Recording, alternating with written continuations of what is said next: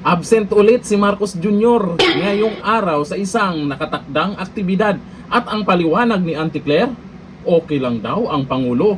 Pero ayon dito sa isang reporter, ay hindi naman siya doktor. Oo nga dapat doktor ang magsalita na okay ang Pangulo. Ano kayang nangyari sa kanya? Bakit absent pa rin siya? O eto, si Auntie Claire, mukhang napahiya dyan sa tanong ng isang reporter.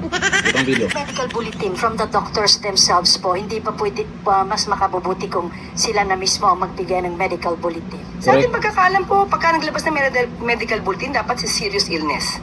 Kung sinabi ng Pangulo na hindi ito life-threatening, so ba't kailanganin po sa ngayon ang medical treatment?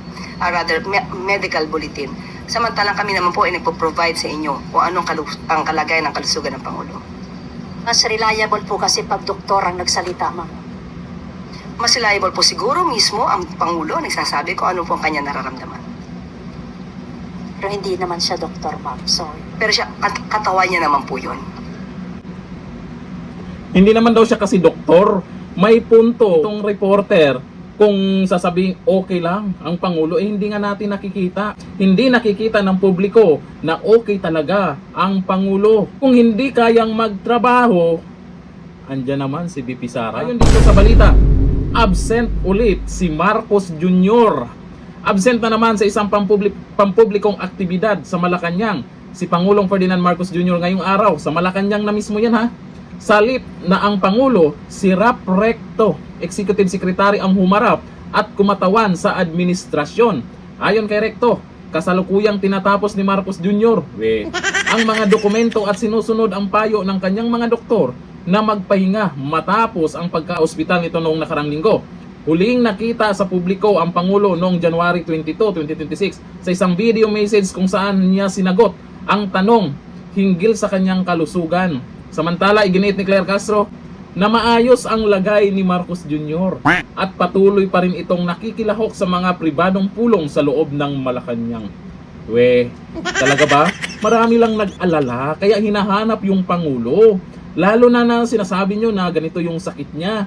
Tapos sabihin, okay lang. Hindi naman doktor ang nagsasabi. Kasi naman, kung tuloy-tuloy na ganyan, pag mayroong mga importanteng aktibidad na kung saan kailangan yung Pangulo doon, tapos lagi siyang wala, magugustuhan ba yan ng taong bayan?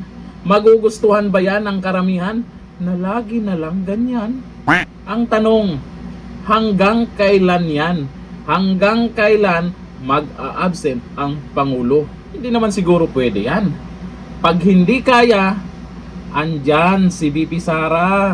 Yung iba namang mga nagre-react dyan, nag-alala lang.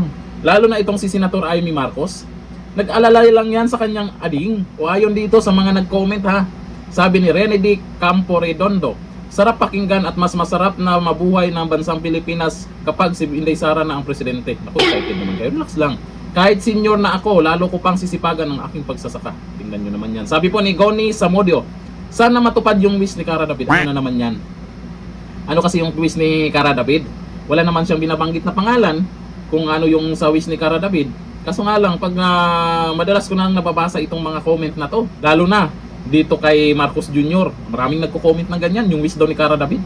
Sabi ni Billy Anquelo Bill, sa mga may birthday ngayon, pasabay po ng wish nyo. Ano yung i-wish? Kayo ha? Maganda naman yung wish nyo kung sasabihin nyo, sana gumaling ang Pangulo. Yung mga ganong wish ba? Ano ba yung wish nyo? Pabulong naman. Ano yun? Sabi ni Gloria Berangel, wag na ipilit kung di na kaya. Kung hindi na kaya, makinig naman sa atin niya. Makinig naman kay Senator Amy Marcos. Sabi ni Taray Mayo, di ba dapat ang Vice President kumakatawan kapag absent ang Presidente? Ay, hindi pwede yan. Yung nakapaligid kay Junior, ayaw na ayaw niyan. Kasi naman, pag si Vice President Sara Duterte ang kumakatawan, pag absent ang Pangulo, baka tuloy-tuloy yan. Hanggang dito na, thank you. Bye.